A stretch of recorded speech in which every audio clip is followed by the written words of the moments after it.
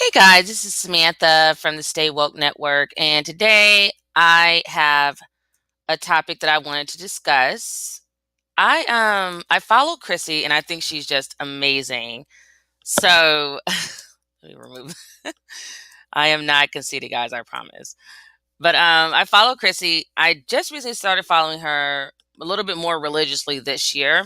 Actually, I think I've seen her videos before, but I wasn't sure um if she was going to be like a negative Nelly, or just from some of the titles. I had never listened to the video, but and I wish I would have listened to it sooner. But just from some of the titles, I was looking and I'm like, oh, we don't need another bitter black woman. Um, and I usually with me, I really try to tell black people to. I hope this is. Hold on one second. Let's see here, 1 second. I gotta check something while I'm talking.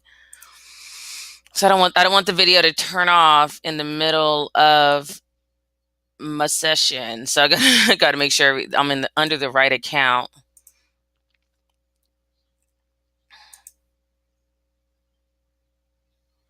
Okay, perfect. I am perfect. Just wanted to make sure.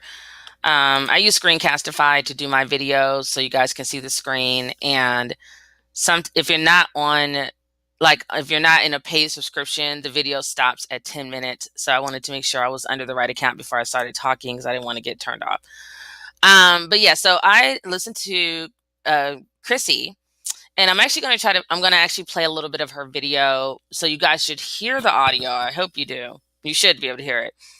And before I play it, I just want to say she is brilliant. And the reason why I find it so important to support her, and I'm an introvert. I'm not huge on being on camera, doing videos, any of that. I'm not big on, getting attention and things like that.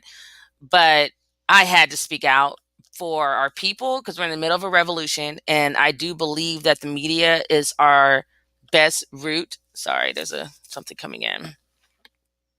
I do believe that our media is the best route to reach our people because we are so spread out, due to the fact of just racism, white supremacy, et cetera, where we feel like the white man's ice is colder. So when we get a good job in the white corporations, we go moving to the white neighborhoods. And now it's no longer how it was in like the 60s.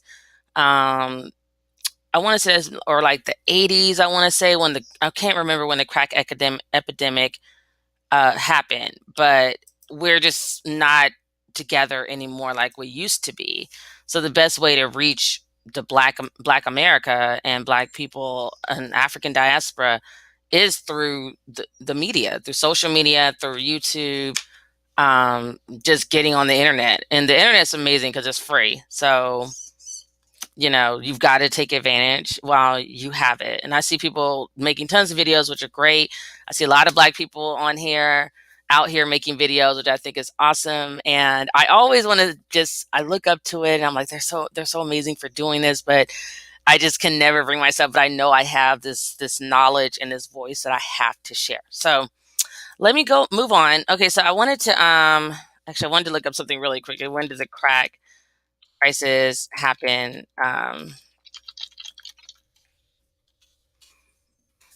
So the reason why I love Chrissy is this is what made me feel. I'm trying to look up when did crack come into our neighborhoods, because this is something else I saw from Dr. Boyce Walker's channel that made me think about this. Let me see. Come on, people. How white users may heroin and probably I don't really care about that.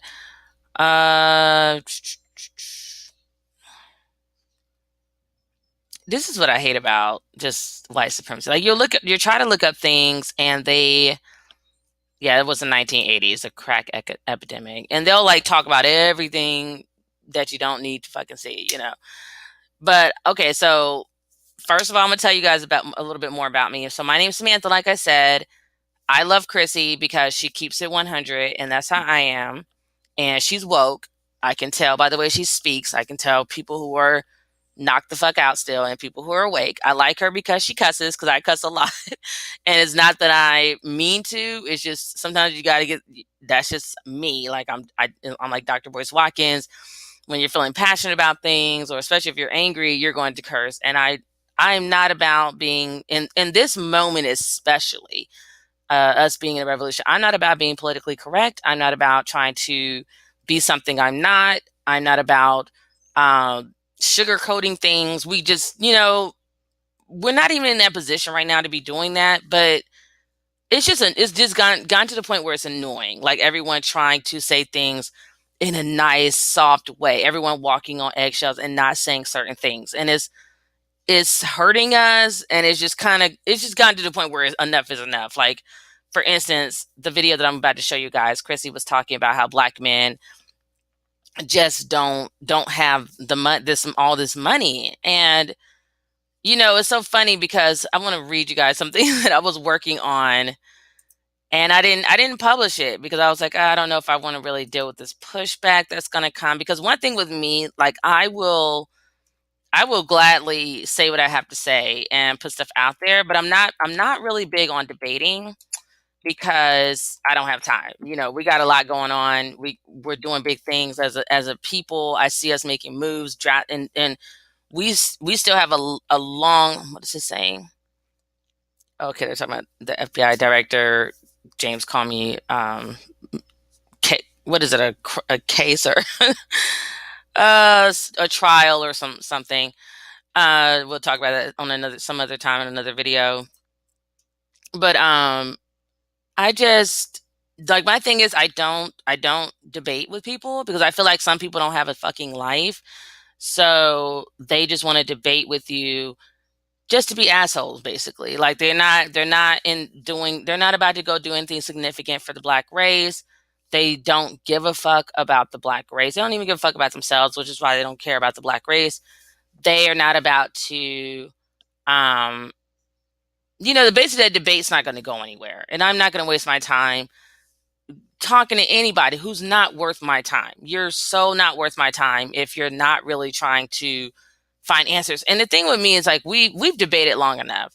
We have Dr. Claude Anderson. We have Dr. Boyce Watkins. We have Dr. Umar Johnson. We have Roland Martin. We have so many people who are speaking out, have spoken out, have been speaking out for decades, since our parents were, children. And they've already given us the blueprint time and time and time again. It's in a book. A lot of things are in books, and because black people don't read, we don't know what the hell's going on. We're just watching TV. TV's owned by white supremacy. It's owned by white people, racist ass white people who do not like you, black person. So black people only want to watch TV. Now, I admit, for me, because I'm always working, I have 3 businesses: a mobile notary business, I'm a web designer, graphics designer, and a freelance writer. And I have an e-commerce business where I sell Black Pride products and products for for Africans and African diaspora, because I'm in love with Africa. But that's a whole nother topic for, again, another day. I'm trying to stay, like, focused because I have a lot to talk about on this particular topic. So we have I was gonna write this one. Let's see. I started this one because I blog. I also have a blog on Medium, blackthought.co, and my lockstarrevolution.com. I post the same blog post to all 3. Sometimes it just depends on what the topic is, but usually they're going to go to those 3. Let's see here if I can find it, because I started it so it's in draft form. And I'm not sure how far I can go on it depending on what I wrote. Because I might publish it eventually. So we'll see. But I'll read you guys the beginning of it. It's draft right now. But this is in relation to what Chrissy was saying. These are my thoughts that I've been really getting lately and seeing for quite a long time. Maybe like in the last 10 years. And it seems to be getting worse. Like, that's the problem, is like, it's getting worse to the point where it's like, it's time to speak out, because this is some bullshit. It's like the death of the real black man, is gone. Like, black men being men and protecting and providing, which I heard Chrissy say in her video, that I preach that day in, day out. Like, black men, or men in general, are protectors and providers, and every other race does it except our black men. They are not in the home. Black men are not in the homes. they're not, providing for, if you're not in the home, you're not providing for much of anything.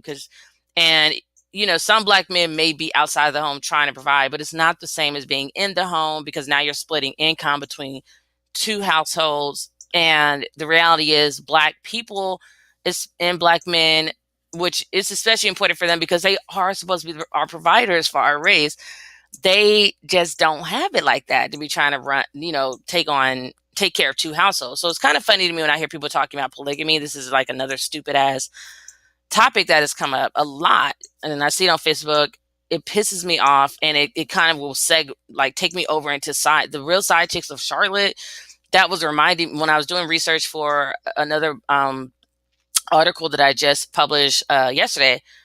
It was about the real side chicks of Charlotte, and I was doing research and seeing how many black men just were proud that they had all these women with babies. And I'm like, do you really, like, when you want to do polygamy the right way, you're supposed to be able to take care of that woman and all the children you had with her, and she's supposed to have her own house and her own things. I think it was like kind of like having a concubine back in China, and they all had like their own little they all had like their own little properties, like little house and things like that. They weren't just all living in one house. That's not going to work. It's not going to happen. And to me, I think it's hilarious, because I'm like, black men don't even want to commit now to let me see here, Chinese. Well, you guys get the point for the China part, but black men don't even want to commit now to getting married to black women. They're jumping the fence like no other. I think they have the highest rates as far as who goes across the races. And so I'm like, if you don't want to get married now, how the hell do you expect to be responsible enough to be married to more than one woman? What are you going to do if she wants to divorce you and take you for child support and alimony? Can you afford it? Or is that going to break your pockets? Which I feel like it will bankrupt them if, one wife does that and they still have to support like 100 other wives. So let's see here. Let me see how old this is, first of all. That's 2012. Black demographics is great. I feel like I was looking up information and it's going back to 2014. It's like kind of always seems to go back to the same page. And I'm like, this is a great thing they're doing. It would be nice if they could like update it. So let's see here. We're looking for a relationship. So right here, it says 51% of black men have never been married.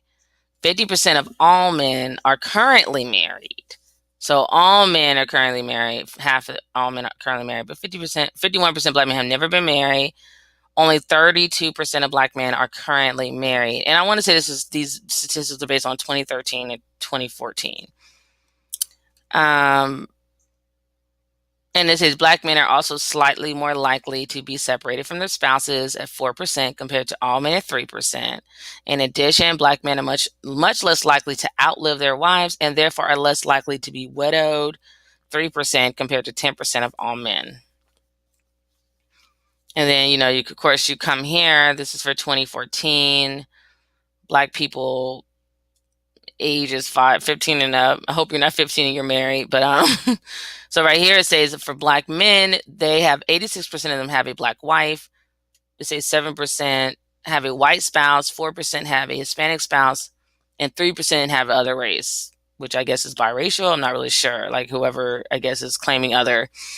And for women, black women is 94% have a black husband, 4% have a white spouse, 1% has a Hispanic spouse, and 1% has other. So you can see from this chart who's marrying outside their race more. And this isn't even including the men that date outside their race as well and date and have children outside with other races. So let's look at some other things like their income. So we have employment. African American males ages 16 to 64 had a lower participation rate in the labor force, 67% compared to all males, which is at 80%. And then you have the, one second, guys, one moment.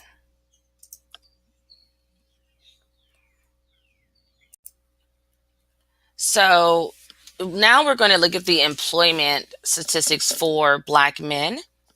And it says here that African males ages 16 to 64 had a lower participation rate in the labor force, 67% compared to all males, 80%. Labor force participation refers to the percent of men who were either working or looking for work.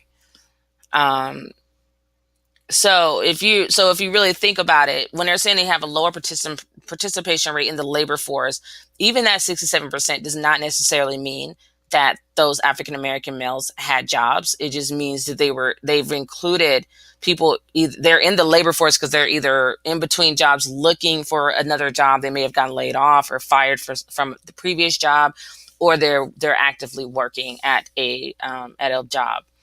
So it basically means that not every male in that percentage has a job, or even a good, really great paying job, because they don't go based on like how much income they're making. So we'll probably go over that in a little bit if they have those statistics on this page. So then they say males not in the labor force include those who may be full-time students, disabled, and others who are not looking or gave up looking for employment for other reasons. And now you're going to go to earnings and employment. Okay, so this is what we're wanting of these numbers. So we have earnings and employment, ages 16 to 64, Black men compared to all men. These are the columns that we're going to go over. Okay, so they say percent who are in the labor force is 67%, as we spoke of a little bit just a few seconds ago. Then that's compared to 80% for all men. 80% of all men are in the labor force. So our men are under that percentage. So we don't even have 80% of our men in the labor force. Then you have percent who are unemployed. Black men is 11.2%, and all men is 7.3%. So our men are at a higher level than non-Black races as far as it goes with who's unemployed, who doesn't have a job. And we can go over that in another video, why that might be the case. But those are the numbers. Then the next we have are who's below poverty level. Are Black men 26%, all men 15%.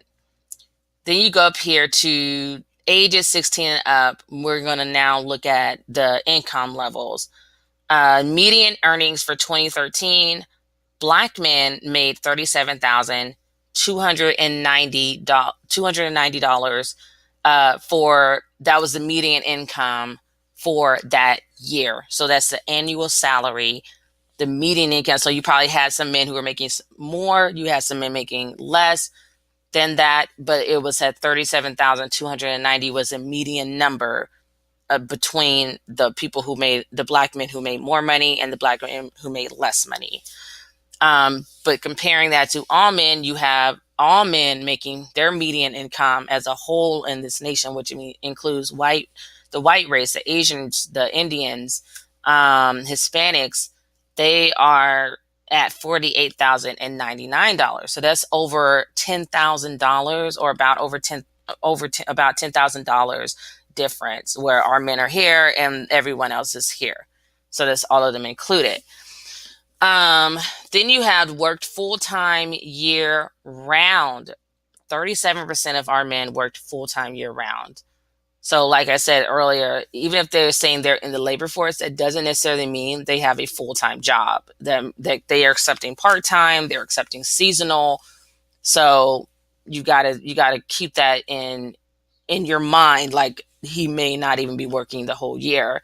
So that just because you're saying, well, this percentage has a job, does not mean he's working all year and providing all year. So then we have, compare that to all men is 48%.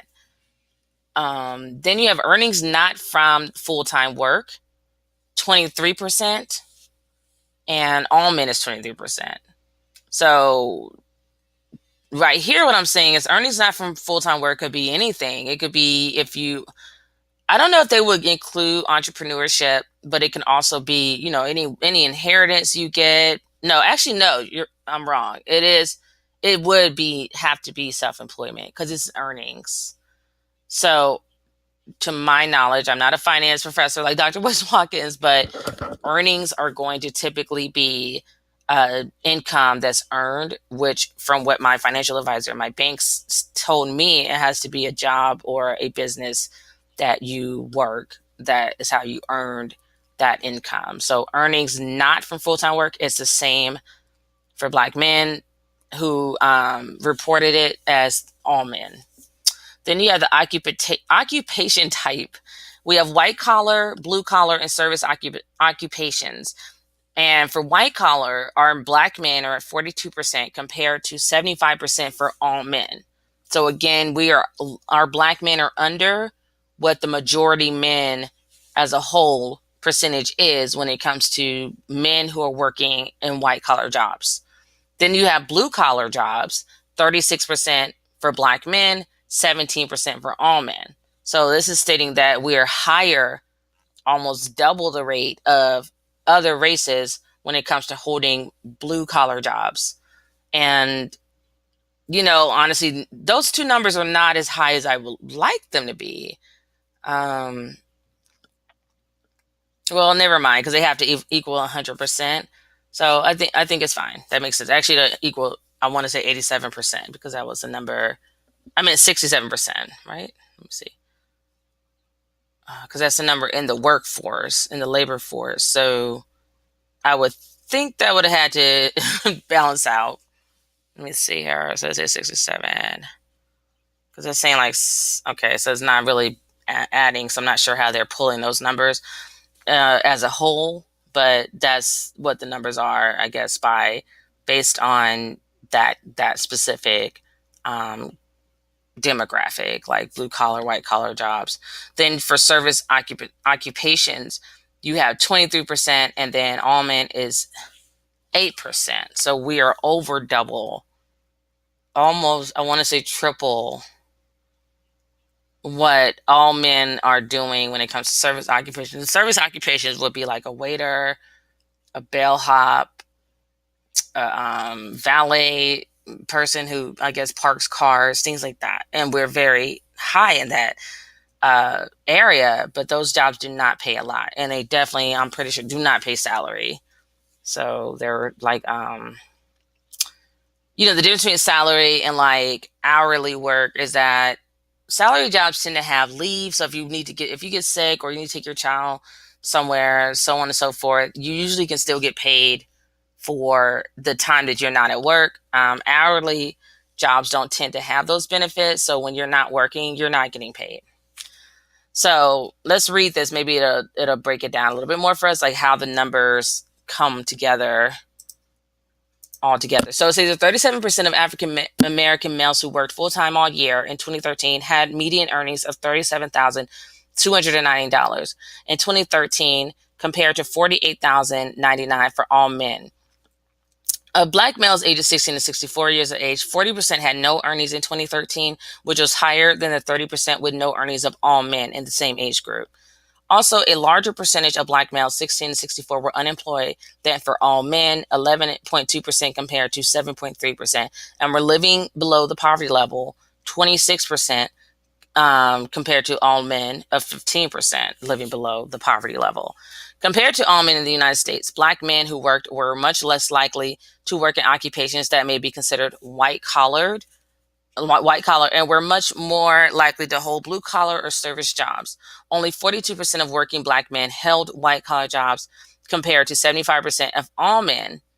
So we're about half holding those types of jobs compared to all men of other races. And it might be mainly white people, we don't know. For the purposes of the above table, white collar occupations include, but are not limited to, jobs in management, business, computers, office, legal, education, etc. Blue collar occupations, which were held by 36% of working Black men, included employment in construction, maintenance and repair, installation, production, transportation, etc. And then service occupations included healthcare support, protective service, food preparation, and serving, etc. And then here are the other characteristics for jail. So for Black men in jail or prison, 18 to ages 64. We have 60% Black men, 2% all men.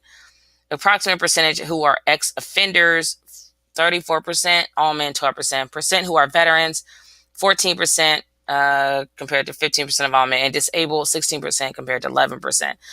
And I'm not going to put a whole lot of weight on the prison stats because we know how those are skewed and what's going on with that. Just like we kind of know what's going on with the unemployment and the employment. But this leads into things that were said, that Chrissy said was said to her on her video, that we need to face these facts, and we need to be realistic with where the money is, where it's going, and why you shouldn't be on her video or talking to her about I make more money than you, or why don't this person give you $10,000? You don't have $10,000. We know you don't.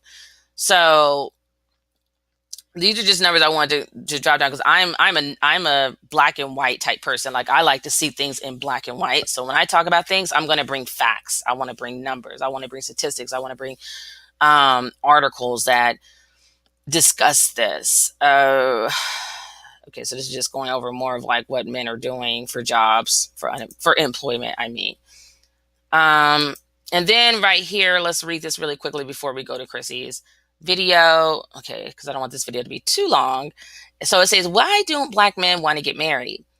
And it says, my Black coworkers and I were talking recently about all the white women in our office who are engaged or married, and all of them got rings when they were 25 to 28. Most of us can't even find Black men willing to commit to a relationship and run at any mention of a ring or the M word. Why can't Black men commit? What is so wrong that they don't want to be in a relationship? They don't want to be in relationships or get married, or they expect women to wait forever and a day to do so. And I want to say Demetria responded to this, wrote this article, and she said, I'm always quite curious about the women who write in implying that they want to explore relationships with Black men, but in their queries, they reveal that they don't think very highly of the group as a whole.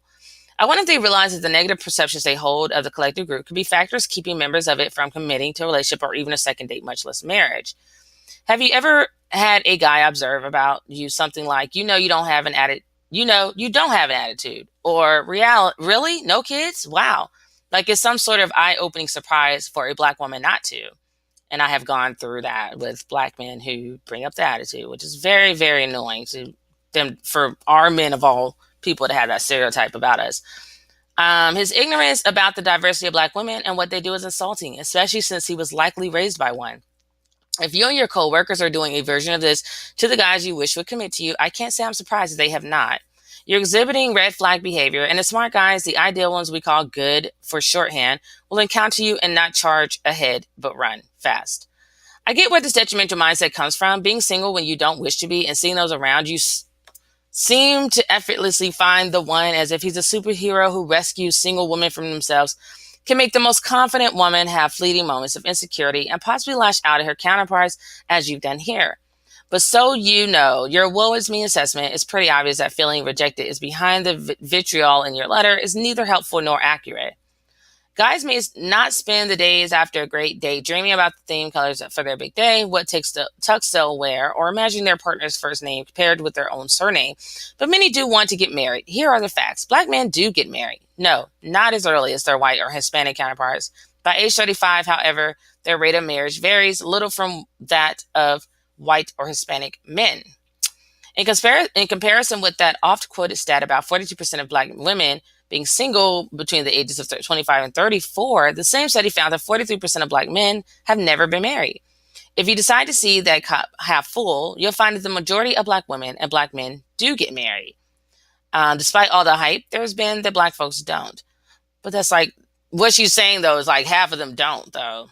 That's a pretty significant number.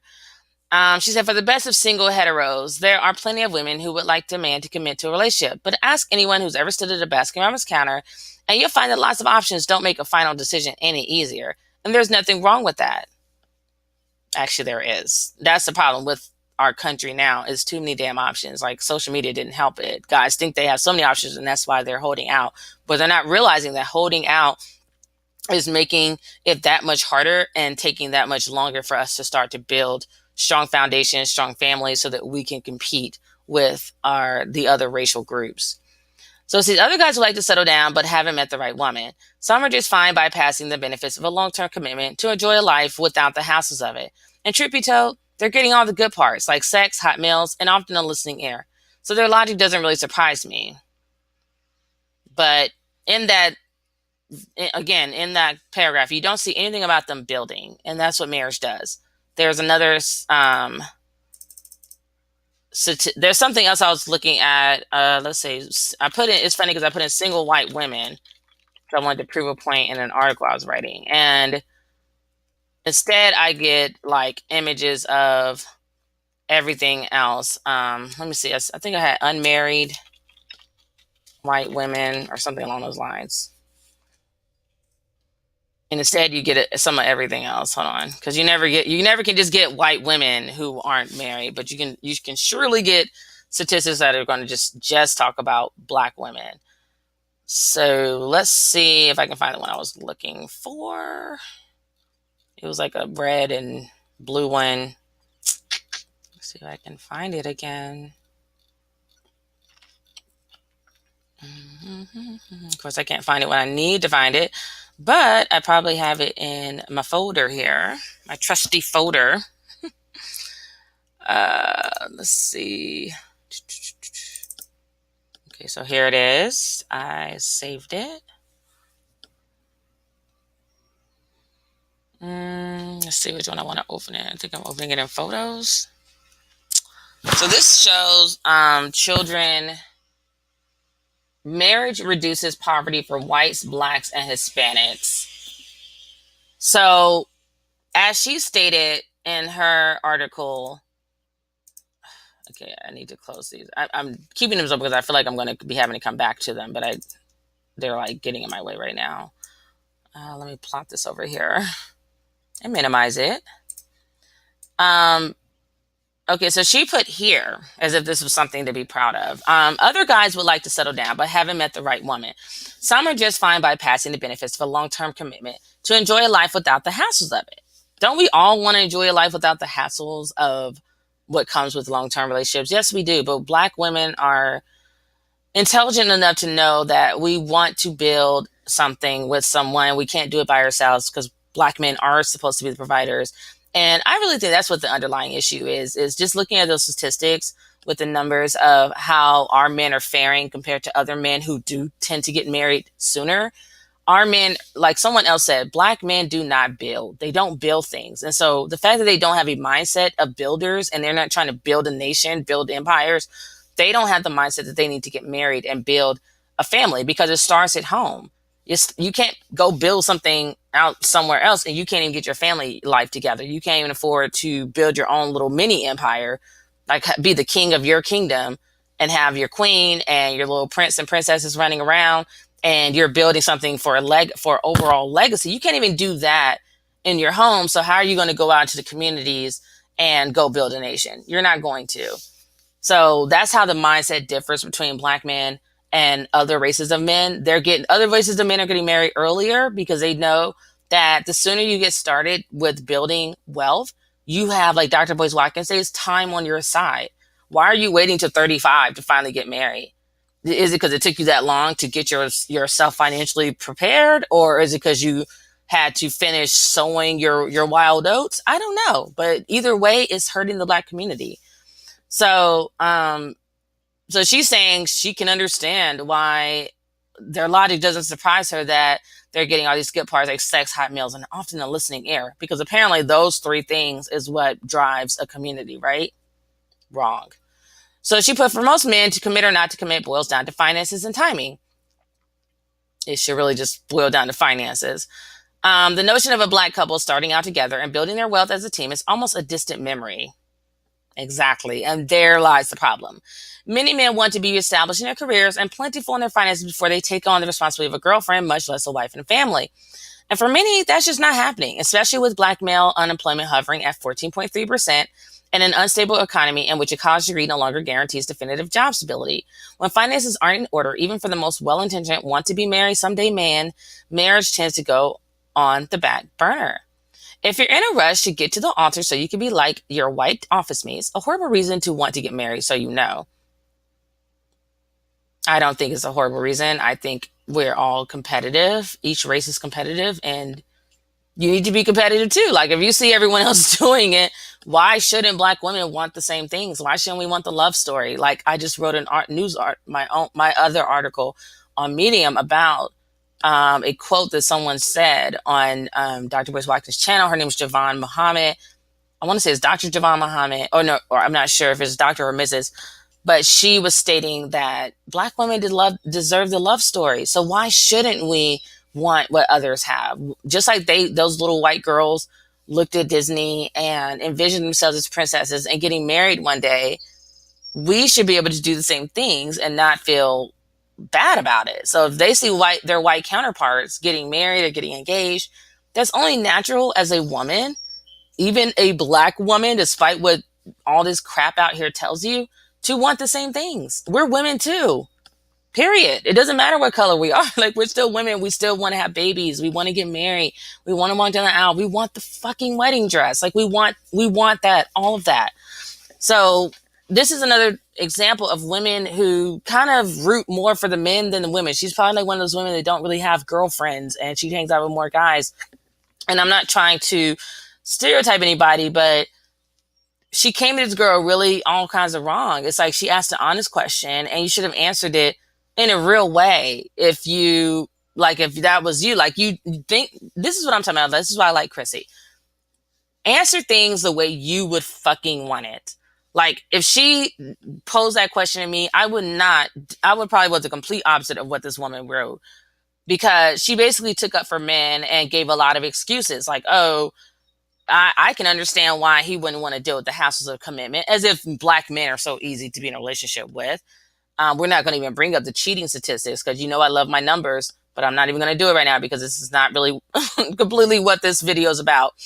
And then she goes on to give some excuses about unemployment and boo-hoo-hoo. Why are they unemployed? Why are they waiting and begging for white men to give them jobs? You're men too. So just like I'm looking at a white woman and comparing myself to her and saying I want what she has because everyone does that, period. Everyone copies off of everybody. You see white women seeing Black women getting attention for certain things and they get salty about it. They get mad. Like Angel Ramirez always talks about in his videos that they always have these women who are like, hey, what about us? What about us? When he's giving Black women their props, their credit, he's elevating Black women as he should be doing because he's an African American man. They will say, because like this is the thing with the biracial stuff. I personally, I'm kind of on the fence because I've been listening to different people. I want to just talk about this real quick because I call Angel Ramirez African American man. So I wanted to discuss this really quickly. This is a quick side note moment. I know Chrissy is one of the people that says that biracial people are not Black. I personally feel like they are. I feel like we have the dominant gene.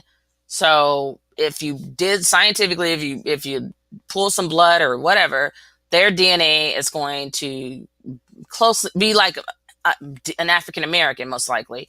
But the thing is, I'm kind of on the fence after listening to people's different arguments on this subject. And I do kind of feel like sometimes maybe biracial people should have their own race, because when you think about it, you don't really know, like even though Black people have the dominant gene, you don't really know overall when that Black parent and that white parent gets together and has a child, what more of what does this child have in them, right? So say like the white parent could be pretend their whole lineage is white, because we know it's most likely not, but let's pretend it is. And then you have, because people have been mixing. Once you come in contact, you're going to mix over all these centuries. But then let's say the Black man has let's look at Eartha Kitt, for instance. Let's use her. She's perfect. And this is why I'm going to explain why I think they should have their own race. They might as well create it, because they're Black and white are procreating enough that they should be creating their own race. And I don't know what to say for Black and Hispanic and Black and Asian and all the other people. Maybe those numbers aren't even high enough for them to be considering the same thing, but maybe they can go in the same group with the other. Maybe they could just be called the biracials. Anybody who has a parent that clearly is Black and some other race, just call them the biracial race. Like that's what they're called. But let's look at Eartha Kitt and her daughter. I forgot her daughter's name. And this is why I believe, I'm starting to believe like maybe they should have their own race. Because usually I would say, oh, they're black, because this is another reason why. Because some black people, some biracial people identify as being black. Some don't want to. Some are like, I don't want to forget my white family. They raised me too. I love my mom. Blah, blah, blah, blah, blah, blah, blah. Even though they look black, their hair may be kinky, so on and so forth. They want to identify as being biracial. They may even want to try to identify as being white if possible, if they can pass for it. Even if they can't, I've seen crazy stories. I want to say on the Harvard Bank show where you have biracials who really kind of more identify with their white side. Maybe they were raised by the white parent and was around the white side of the family a lot more. So they want to identify with they identify with their white side more. And it's really kind of, sometimes it's what's in your heart, but then other times it's what society sees you as. That's the reality of it. And it kind of sucks, but that's what really it is. Like if you go to someone and you look like me and you're saying, but I'm white because my mom is white, they're going to look at you like you have 10 heads, and they're not going to, I'm pretty sure they're not going to put white on your application, on your government form. And all of this goes back to racism, white supremacy, slavery, so on and so forth. So usually whatever you look like and you can't pass, that's what you are, whether you like it or not. Unless you're like kind of like, what do you, Chrissy calls it ambiguous or unambiguous. I'm not sure. Let me see if that word, it goes, because I'm not really completely familiar with it. Unambiguous. Because the unambiguous definition, not open to more than one interpretation. So ambiguous. So you have the ambiguous thing going on where, say like you're like Tiger Woods and you're like, I don't know if he's black and Asian or Asian and black or black. You don't know sometimes you don't know what people are. I don't know if he's the best example, but sometimes you just don't. So say you're like that going on. But other times, like people, if they can't pass, you just get a lot of confusion. And for me as a black American woman, I don't have time for it. And I really don't want to deal with it. Like maybe we can consider them our allies and they can support us. But I do see them as looking completely very different from the, typical African American, even if they're not even light skinned. Like you can see that one is biracial and one is a light skinned black person. Two different things. A lot of people don't get it. It's two different things. My sister's light skinned. My mom is light skinned. My grandmother's light skinned. My biological father's brown skinned. My stepdad dark skinned. The one who raised me, who I consider just my dad, is dark skinned. So my brother is brown skinned. I'm brown skinned. My sister's light skinned. You see how we kind of like mix between the parents. So they are light skinned, and it's very obvious they're light skinned to me. Maybe because I grew up with them, I know what it is. Maybe my grandmother could be seen as biracial. I don't know.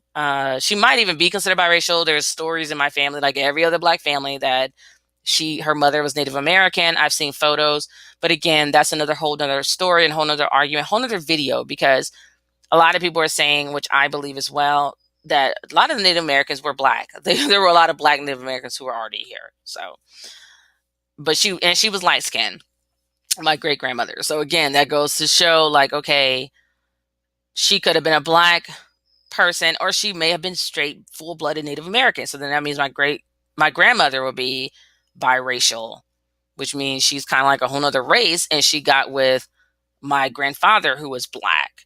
So now it's like you've got two different races. So to some degree, I honestly do think that it should be considered another race, just because it can change things so significantly. So we're going to bring it as in terms of race, and these things matter because race is very competitive. Black people are the only ones who don't want to compete with anything, but everyone else, trust and believe, are competing against you.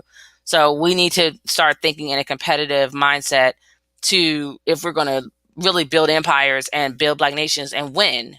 Like it's a race. Like you're racing, you're competing, you're running for the finish line. You're trying to get to the top. Everything's competition. Trust and believe. Like when people hire somebody, they're going to hire someone that looks like them. They're going to hire someone who's in their race. They're going to want to hire that before they hire you, who don't look anything like them, because they're trying to just, I believe, subconsciously and psychologically, you're going to have the natural instinct, if you're not like have a mental illness of like self-hate or whatever, you're going to want to help your own. That makes sense. Like, it's like if you were hiring and your child came in for an interview versus someone else's child, Who you gonna hire? I'm hiring my kid. Like, I'm not hiring this other kid. I don't even care if their credentials are better. Like, I'm not gonna hire someone over my own child. It's just not gonna happen. I just have to just train my kid up a little bit more, get them a little bit more, training, paperwork, whatever they need, certifications, degrees, blah, blah, blah. But I'm not going to hire someone else's kid over mine and build up their family while mine is taking a hit. Okay, so you're looking at Eartha Kitt. Okay.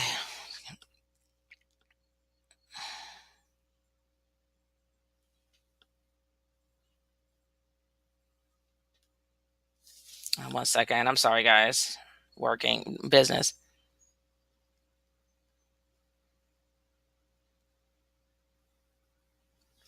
So you look at Eartha Kitt and her daughter,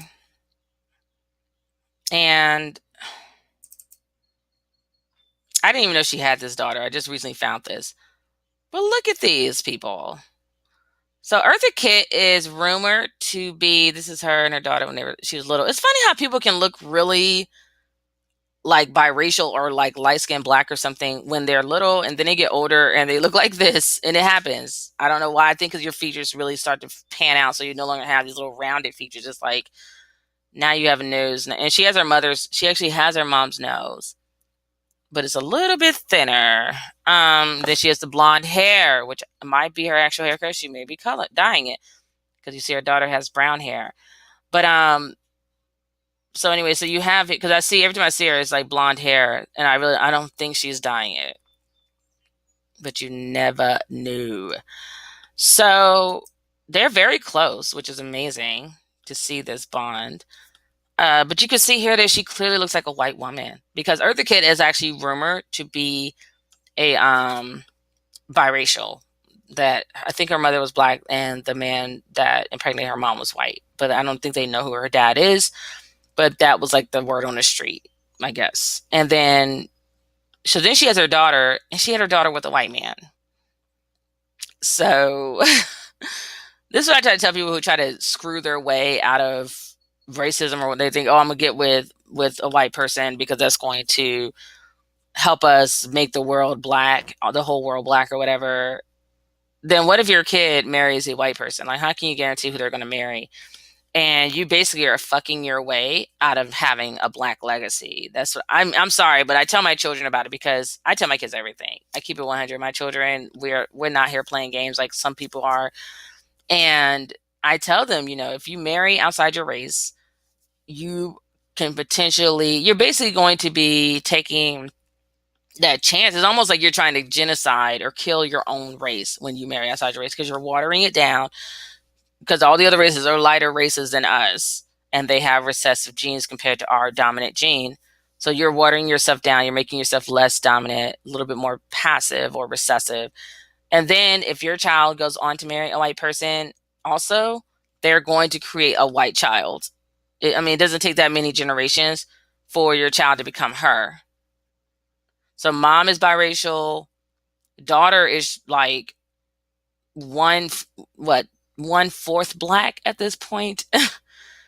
And then you got the daughter who's just, she married a white guy, he's just white, she's just white, her daughter's just white. This is a perfect picture. Her daughter is just white. And let me see, hold on.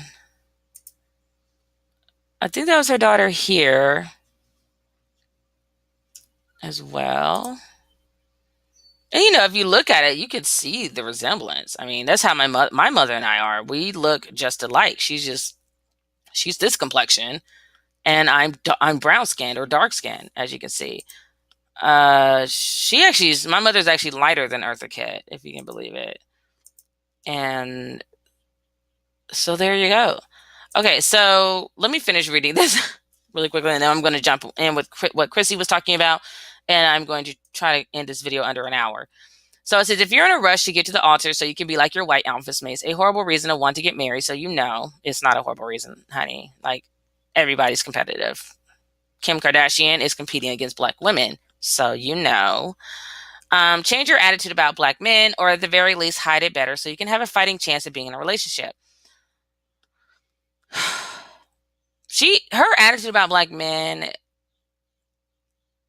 I don't know. Like I just feel like what her question was. I don't think she really was exactly some. That's not something you would really bring up. You know, like oh, black men are this. Like I don't think that's something you really would talk about per se. Like you can be thinking things all the time. Like I think certain things, but I don't know if you necessarily if that how that can really affect a relationship to that level. If he loves you, he loves you. I mean, come on, let's get real here. So she says, also seek out men who are largely confident in their career prospects and express a desire to get married in words and actions. That won't guarantee that they marry you, of course, but it will tip the odds of finding a man who wants to commit for the long haul in your favor. Okay, bad advice, but whatever. So I just wanted to kind of give you guys a little bit of a view of black men and marriage and them getting married and what that's looking like for the black community, which you know. So here's Chrissy's video. And let's see here. Here's video, Chrissy's video, and I'm just going to let you guys hear it because they don't like us to play things. The actual video, they'll get mad, and I forget what they'll like. Basically, like not allowed to be monetized and call it copyrighted and issue infringement, blah blah blah. But I can't speak for Chrissy. Like I can't say things the way Chrissy says. So it's like I have to kind of share what she's saying because it's just so I can't say it better than her. You know what I'm saying? So here you go. Okay,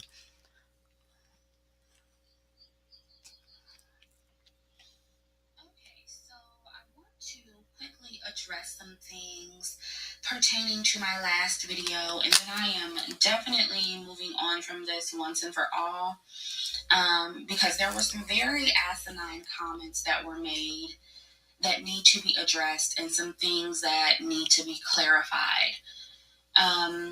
First of all, to answer the questions about DDS magazine, Divine Dark Skin magazine, there will be an online magazine as well. There will be a website, which I already said in an older video, and it's also explained on the GoFundMe. But it will be a website. Every magazine and almost every business in general is online. So I thought that it would be a given, but it wasn't something that I made clear in my last video, so I want to make that clear. The website is also in the mock photo of the magazine that I've been posting. So again, I thought it was clear, but apparently it wasn't. The website is fairly cheap, so obviously that is something that will be up and running before the actual print magazine. And you will get an update when we are finished with that.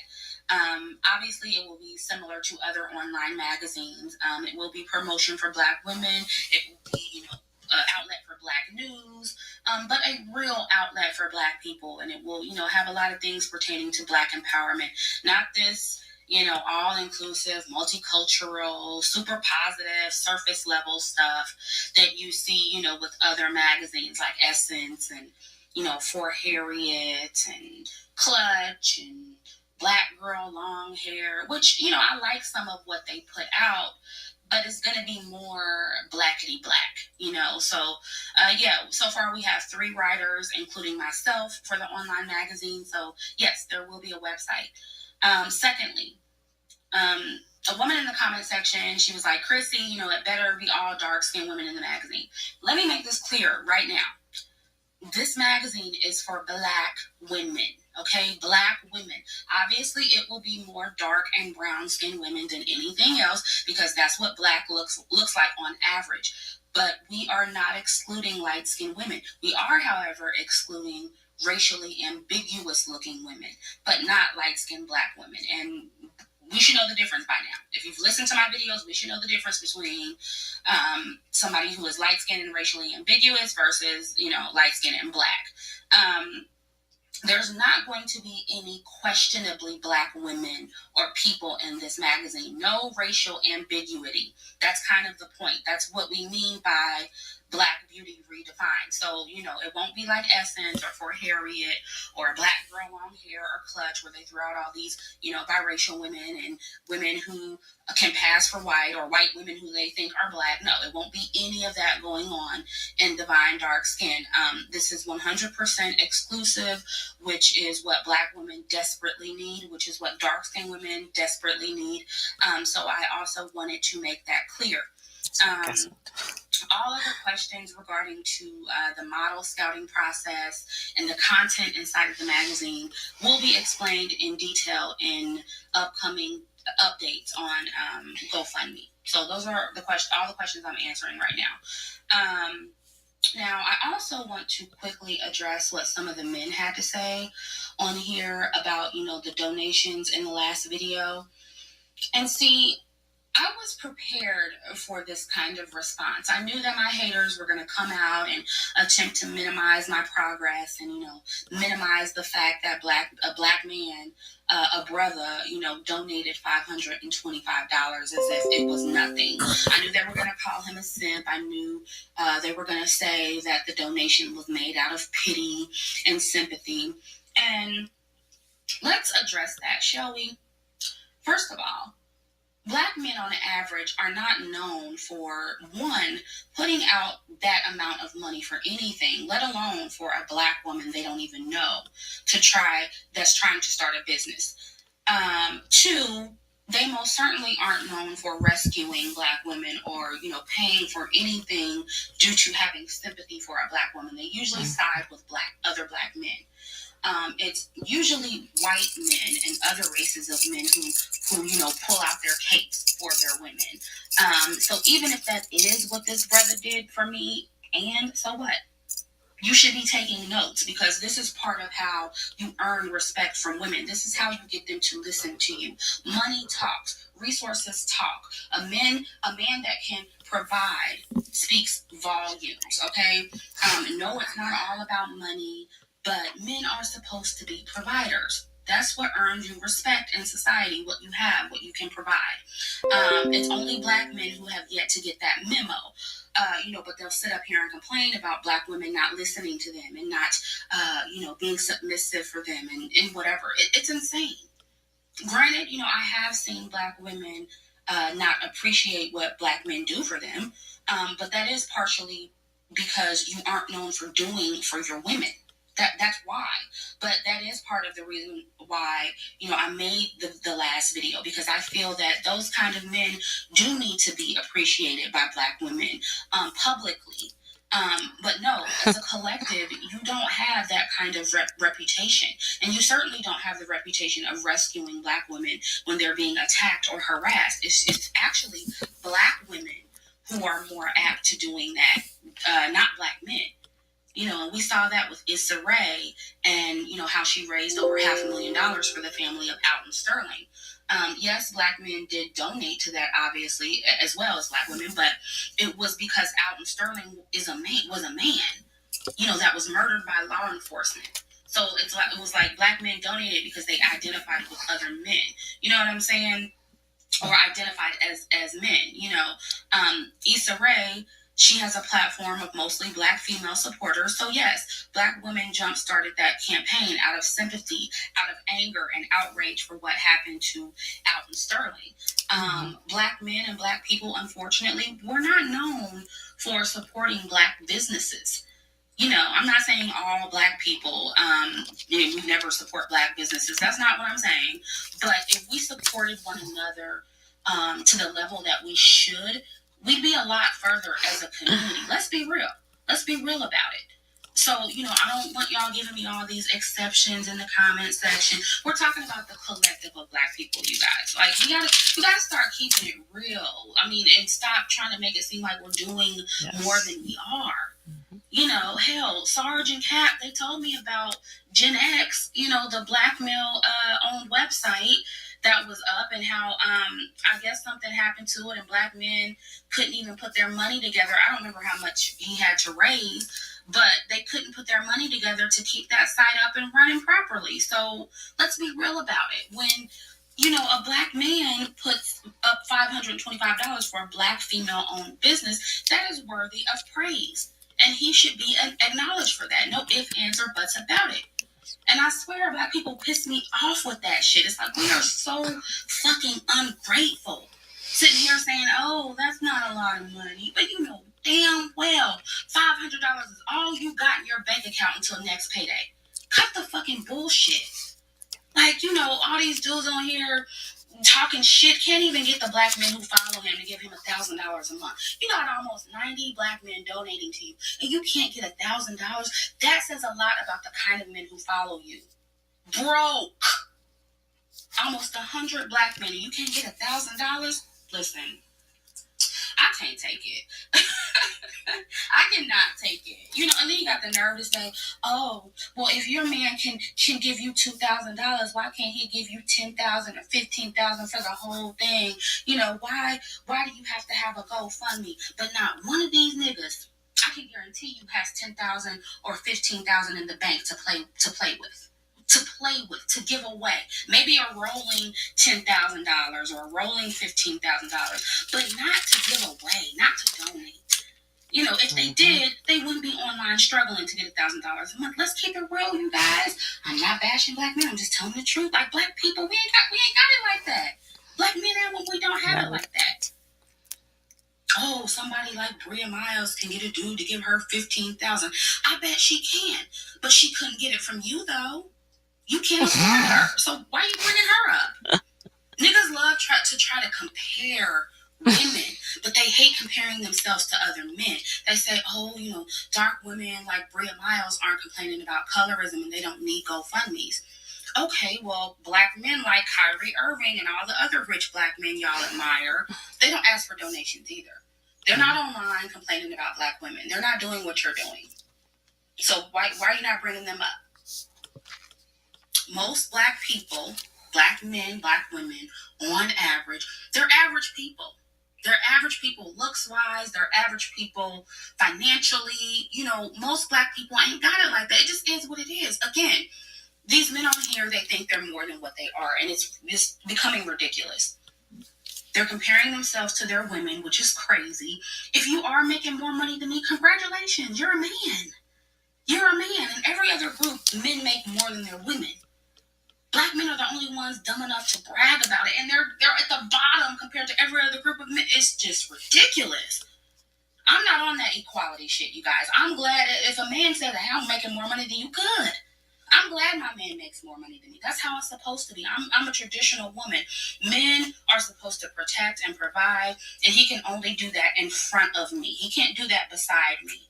You feminists and you equality people, you can get mad all you want, but I will gladly take the quote unquote lesser role because I don't want to do what men do, and it's just that simple. And yes, I'm getting most of the money for Divine Dark Skin from black men, online and offline. I admit it, I am. Not all black men are colorist. Not all black men are broke. Not all of them are stingy. Definitely not. But understand, as much as people are talking shit about me, what I can get, what I can't get, and what kind of man I can't get supposedly, it has never ever been a problem for me to attract quality black men.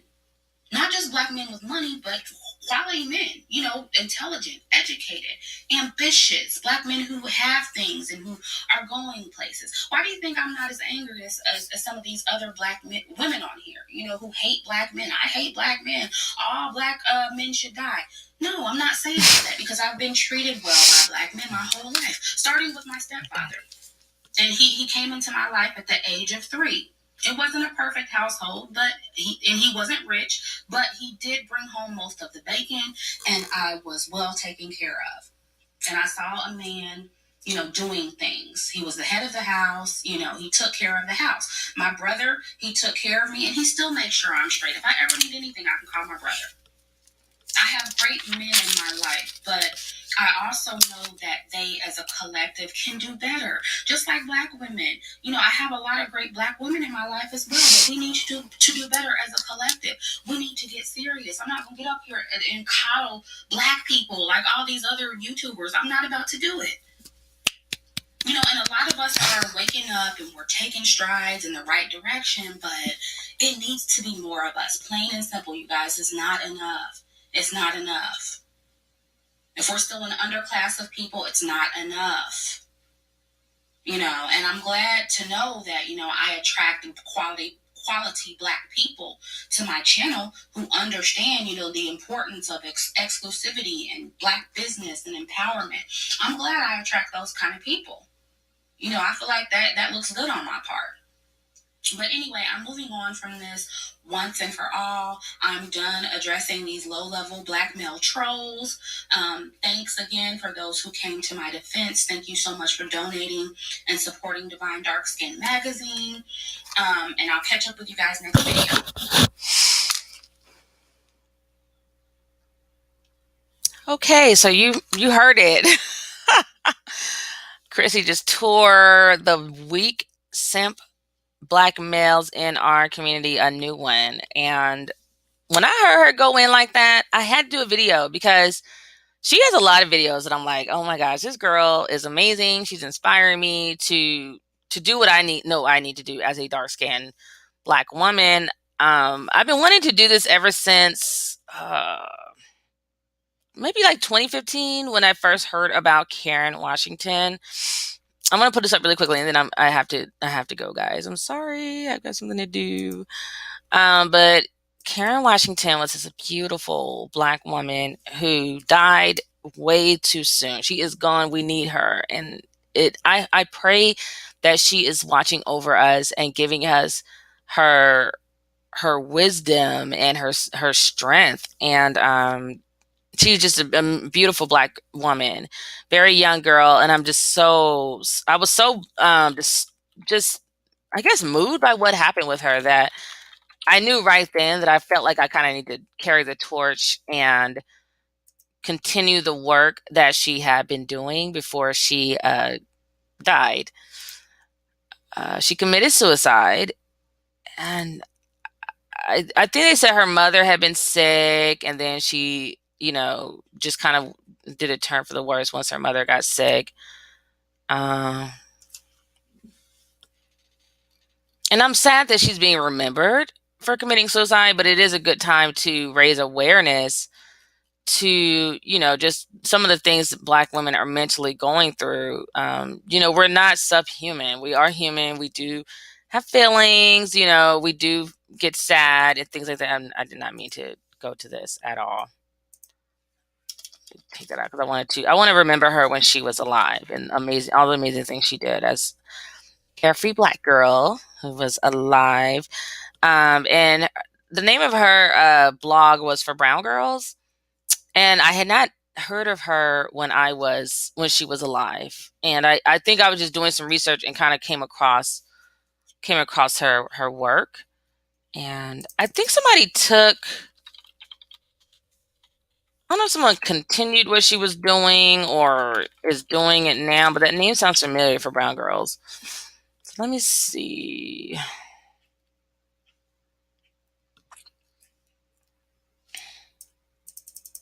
I don't know if that blog is still active because sometimes blog will have more than one writer. And I think that's actually very smart to do so that it can live on long after you're gone. Let's see here.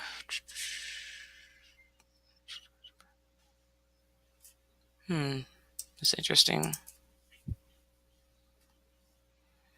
Well, anyways, I read about her, found out what happened with her committing suicide, and I was just really, really touched. I don't know. I was just really just felt some type of way about the whole situation. As a dark skinned woman, I definitely have my colorism stories, and I was just like, I felt like it was time for me to speak out and help support little black girls so that they can grow up and knowing that they're beautiful and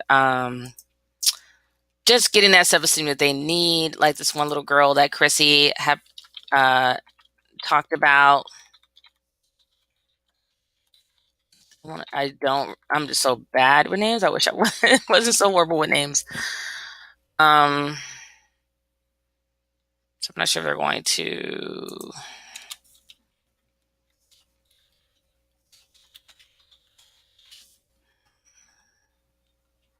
She's so cute. So beautiful. I saw so many photos of her and like she did like a complete photo shoot and she looked incredible. She looks like a black goddess. Like it's just unreal.